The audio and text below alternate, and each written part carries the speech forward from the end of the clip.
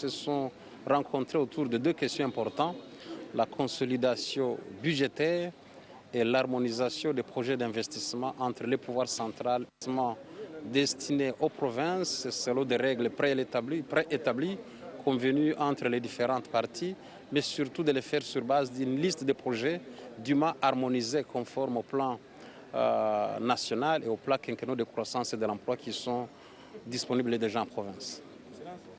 Une rencontre à l'issue de laquelle plusieurs recommandations ont été faites.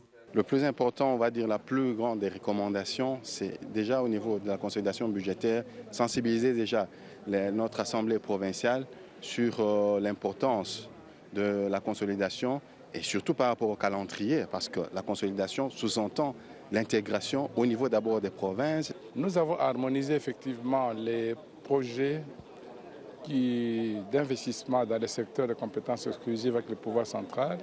Nous avons été informés du processus de consolidation budgétaire.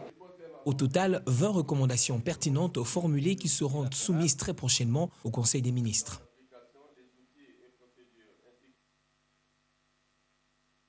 Chance que le gouvernement provincial de Kinshasa vient d'accorder aux véhicules Mercedes 207 pour se conformer aux exigences requises pour la circulation dans la capitale. Sur 30 000 véhicules circulant à Kinshasa, seulement 1000 se sont acquittés de l'obligation du contrôle technique dont la date butoir était fixée au 15 mars dernier, qui s'est vu prolongée d'un deuxième moratoire depuis ce week-end. La plupart des propriétaires des véhicules traînent encore les pas, mais pour ceux qui ont été soumis à ce checking, 40% seulement répondent aux normes.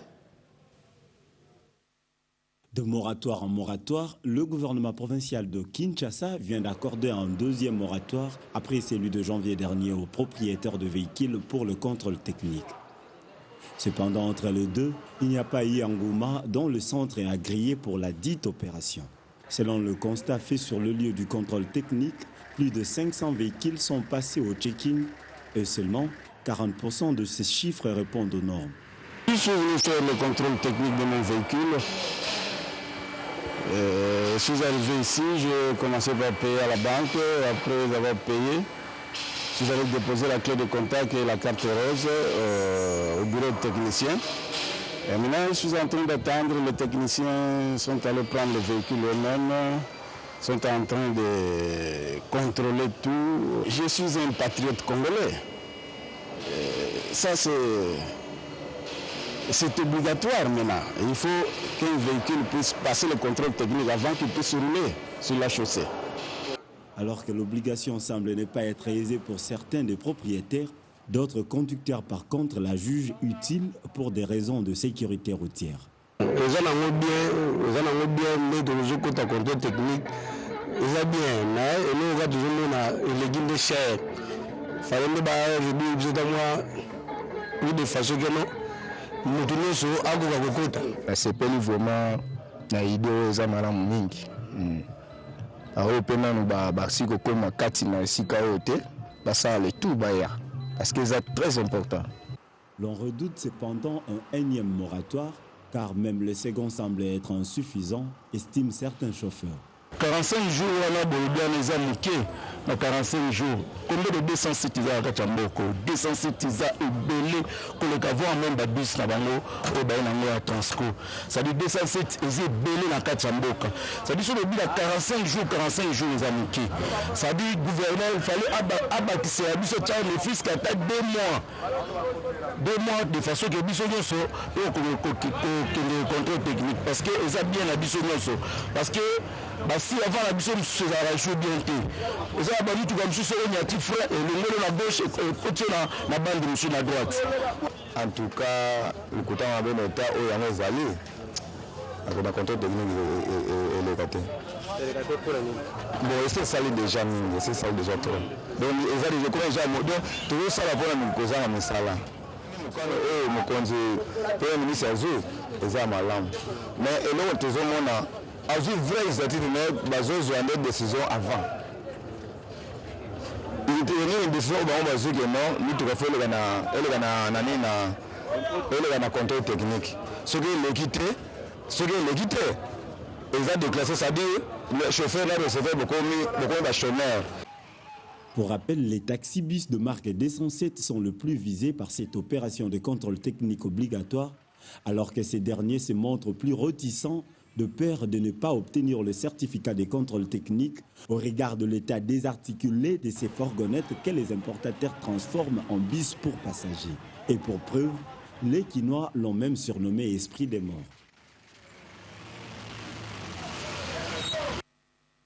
Une autre bonne nouvelle pour la ville de Kinshasa, c'est le plan d'aménagement urbain de la ville qui a été approuvé par le comité de pilotage après l'approbation du rapport sur les diagnostics et orientations stratégiques. L'annonce ressort du Conseil des ministres tenu à l'hôtel de ville sous la présidence du gouverneur de la ville, André Kimbuta. Ces orientations stratégiques consistent à étendre la grande maille de voirie pour désenclaver la ville et ses quartiers, développer le transport en commun autour d'axes lourds structurants et d'articulation des différents moyens de transport, désengorger le centre-ville et proposer d'autres pôles d'activité et de commerce spécialisés et équipés, anticiper les extensions de la ville par une reprise en main des processus d'urbanisation, mettre à niveau les quartiers existants sous-équipés et enclavés, penser à une autre échelle les infrastructures et les équipements à la dimension d'une ville métropole.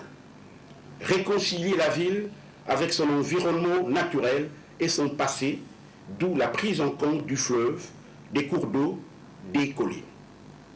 Promouvoir la spécificité de Kinshasa en la développant comme une ville d'art et de culture. Il résulte de ce qui précède la nécessité pour le Conseil de rappeler au public la mesure de suspension de tout lotissement dans la ville et de l'inviter à la vigilance face aux propositions alléchantes mais irrégulières de la part des scientifiques de tous bords. Je vous le disais à l'ouverture de cette grande édition, les centres de gestion de l'Institut national de sécurité sociale disséminés à travers le pays viennent d'être dotés d'un charroi automobile mis à leur disposition sur fonds propres de cette entreprise. Ce geste s'inscrit dans le cadre du redressement de cette entreprise par la modernisation des conditions de travail du personnel. 56 véhicules utilitaires destinés au centre de gestion de l'INSS ont été officiellement remis ce lundi à la directrice générale de l'Institut national de sécurité sociale. Ce, dans le cadre du processus de redressement de cet institut par la modernisation des conditions de travail du personnel en vue de maximiser les recettes.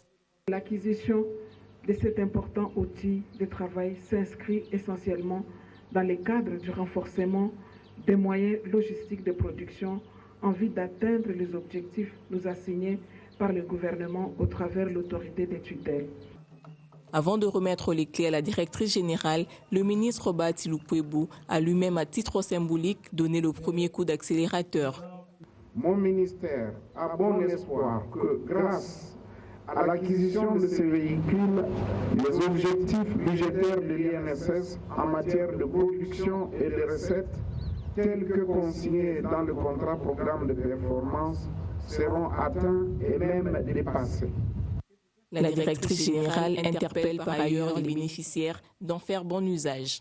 L'acquisition de ces véhicules étant un investissement qui doit être productif, les conseils d'administration de centres de gestion une nette amélioration de leur production en vue de poursuivre l'élan de redressement de notre caisse de sécurité sociale. Le personnel de l'INSS, très satisfait de l'acquisition de cet outil, s'est rendu samedi à Kimpese dans le Bas-Congo pour un test moteur. Santé avec ce renforcement des capacités de l'Association nationale des infirmiers du Congo qui a en partenariat avec l'agence japonaise organisé une session de formation à l'intention des directeurs des soins infirmiers de la République démocratique du Congo.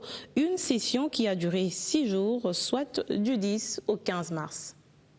Durant 6 jours, soit du 10 au 15 mars, les directeurs de soins infirmiers venus de 9 provinces du pays ont bénéficié d'une formation sur le management de la direction de nursing.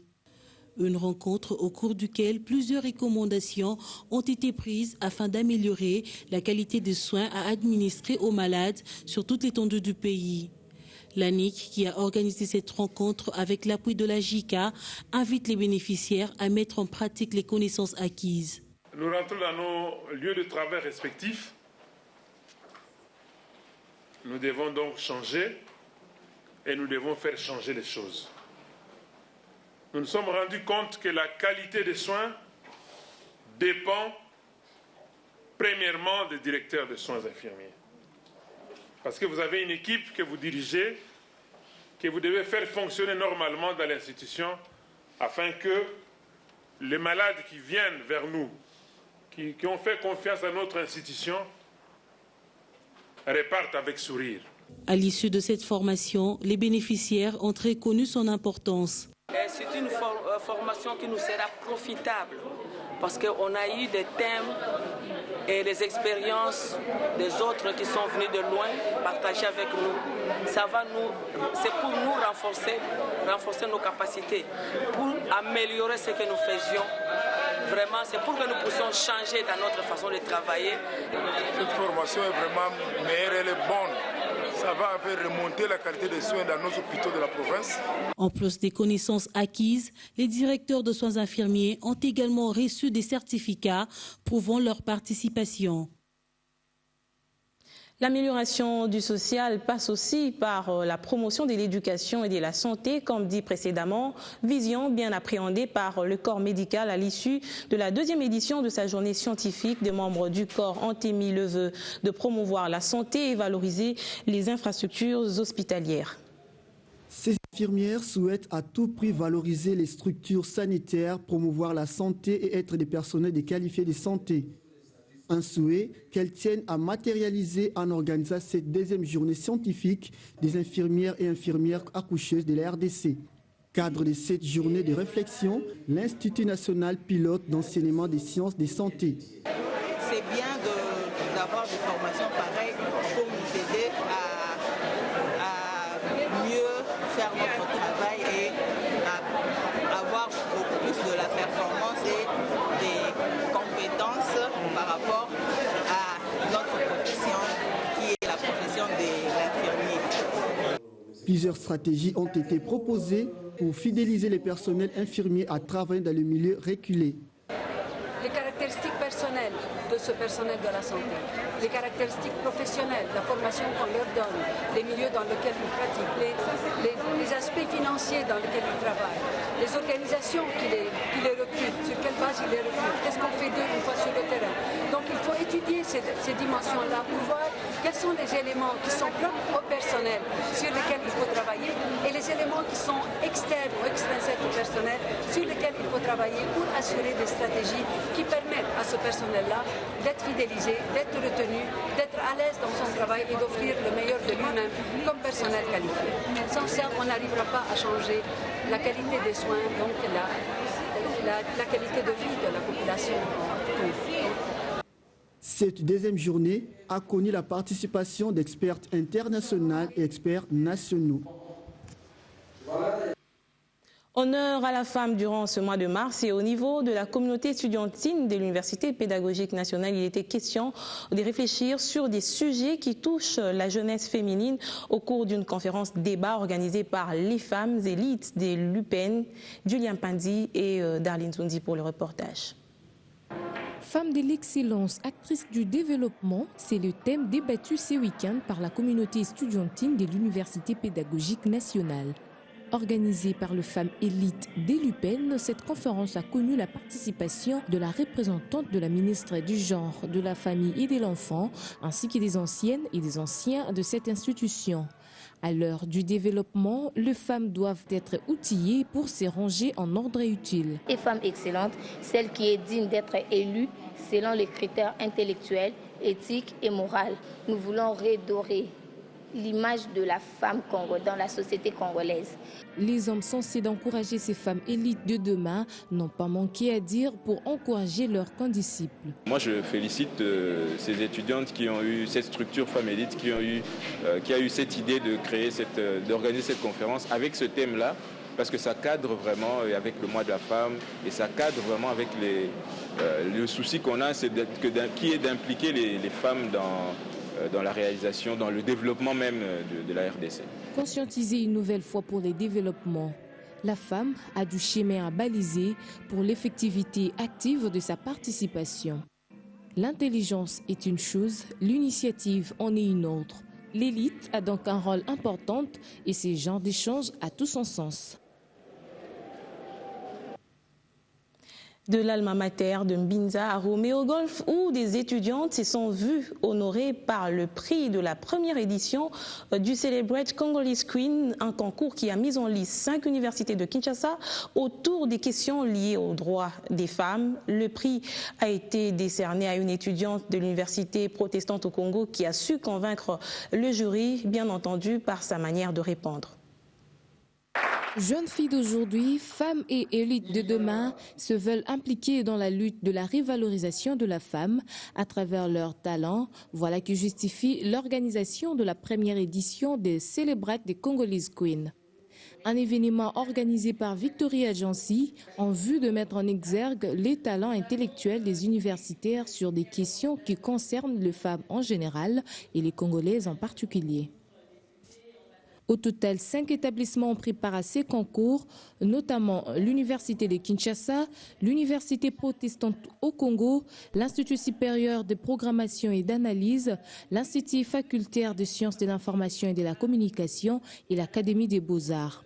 Pour moi, ce qui était le plus important, c'est d'avoir des universités qui acceptent de concourir, de participer à cette compétition, parce que la première édition, on a vu des organisations en République démocratique du Congo qui naissent un jour, qui meurent le lendemain et qui sont sujettes à beaucoup de critiques. Je pense que le premier objectif a été atteint. Ces objectifs, ces universités, ces instituts ont pris la chose au sérieux, la question au sérieux. On nous a présenté des candidates valeureuses, vous l'avez vu ici à travers leurs exposés de cas. Pour Toussaint Chilombo, membre du jury, l'organisation des Celebrate des Congolese Queen est une initiative à saluer.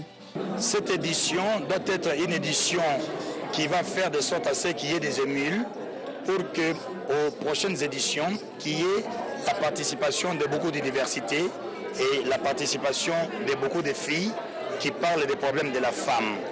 Pour avoir séduit les jurys par sa manière de répondre, c'est une étudiante de l'Université protestante au Congo qui a remporté le prix. Je suis premièrement fière de moi parce que je me suis dit que je ne viens pas ici pour perdre et je suis venue, j'ai prouvé à quel point. Alors au sein de l'université, on a une formation qui est vraiment de haut niveau et on a prouvé devant tout le monde, devant les jurys, devant le public, qu'on a été bien et voilà pourquoi on est meilleur. Donc... La première édition des Celebrate des Congolese Queen a donc vécu en jetant des bases pour la conscientisation des universitaires sur leur apport dans le développement du pays. Jeunesse encore, mais cette fois-ci d'une manière un peu plus généralisée. Au Kasso occidental, plus précisément à Kananga, l'heure était à la restitution des matières acquises lors du Forum national des jeunes tenu en décembre dernier à Kinshasa. Le centre culturel Marie-Claire de Kananga, en partenariat avec la division de la jeunesse, en sont les initiateurs. La jeunesse est la relève de demain, dit-on, consciente de la responsabilité future. Celle du Kassai occidental réfléchit déjà sur le devoir de son entité provinciale. Après avoir mûri les connaissances via le partage d'expériences avec les autres, ce futur cadre s'attelle à la restitution, question d'assurer les relations d'une large écho. Exercice bien assimilé par Delphin Kibwe, un des participants au Forum national de jeunes. Inspiration des recommandations faites à l'issue de ces assises nationales, ces derniers sollicitent l'implication de tous pour la réussite du futur, car, dit-on, l'union fait la force et l'union fait le Congo. Et puis nous allons prendre à travers les lignes. D'abord, Slate Afrique décrit comment au Nigeria, 3 villages incendiés dans le centre, avec au moins 100 morts. Les autorités n'ont pas donné des précisions sur l'origine des assaillants. Au moins 100 personnes ont été tuées dans des attaques visant 3 villages dans le centre du Nigeria. Un député de la région explique qu'il y a également de nombreux blessés. Les villages ont été entièrement brûlés. L'attaque aurait été perpétrée par une quarantaine d'assaillants armés des fusils et des machettes. Ajoutent les députés. De leur côté, les forces de police ont confirmé la tuerie sans donner davantage de précisions sur l'origine des assaillants. Et puis les Figaro avancent les raisons pour lesquelles Bruxelles sanctionne 21 responsables ukrainiens et russes après le référendum en Crimée. L'Union européenne a annoncé lundi la seconde phase de sa réponse graduée à l'offensive russe en Crimée, avec comme objectif politique d'accentuer l'isolement de Vladimir Poutine sur la scène internationale. Concrètement, les 28 ministres des Affaires étrangères ont fixé la liste des responsables privés de visa pour l'Union européenne et dont les actifs financiers seront gelés. Bruxelles prendra des sanctions supplémentaires dans les prochains jours, précise le ministre lituanien des Affaires étrangères sur Twitter. On va finir par cette note de beauté. Eh bien, le coup d'envoi a été donné le week-end dernier. Les jeunes filles de Kinshasa étaient samedi au Shark Club pour un casting. Vodacom Congo est déjà à la recherche de la prochaine Miss. C'est elle qui va porter la couronne de cette compétition. La RDC vibre déjà au rythme de Miss Vodacom saison 3. Ce samedi au Shark Club de Kinshasa, plusieurs jeunes filles venues des 4 coins de la ville sont venues passer leur premier casting.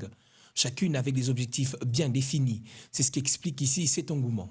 Je suis venue au casting Miss Vodacom. Je suis venue tenter ma chance, j'ai gagné et je suis fière. L'engouement Miss Vodacom, c'est évident. J'étais à l'intérieur, j'ai vu des filles parler. Okay?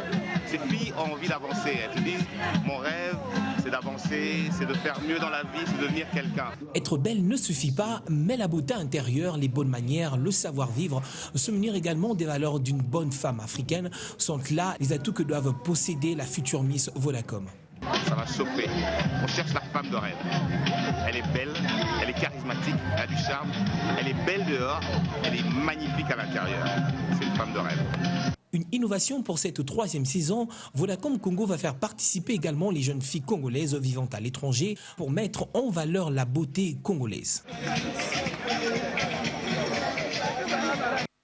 Eh bien, qui portera la couronne Miss Vodacom? Les suspens va demeurer dans un peu plus de 3 mois. Mesdames, Messieurs, c'est la fin de cette grande édition. Merci de l'avoir suivi à Kinshasa et partout dans le monde. Je vous retrouve demain.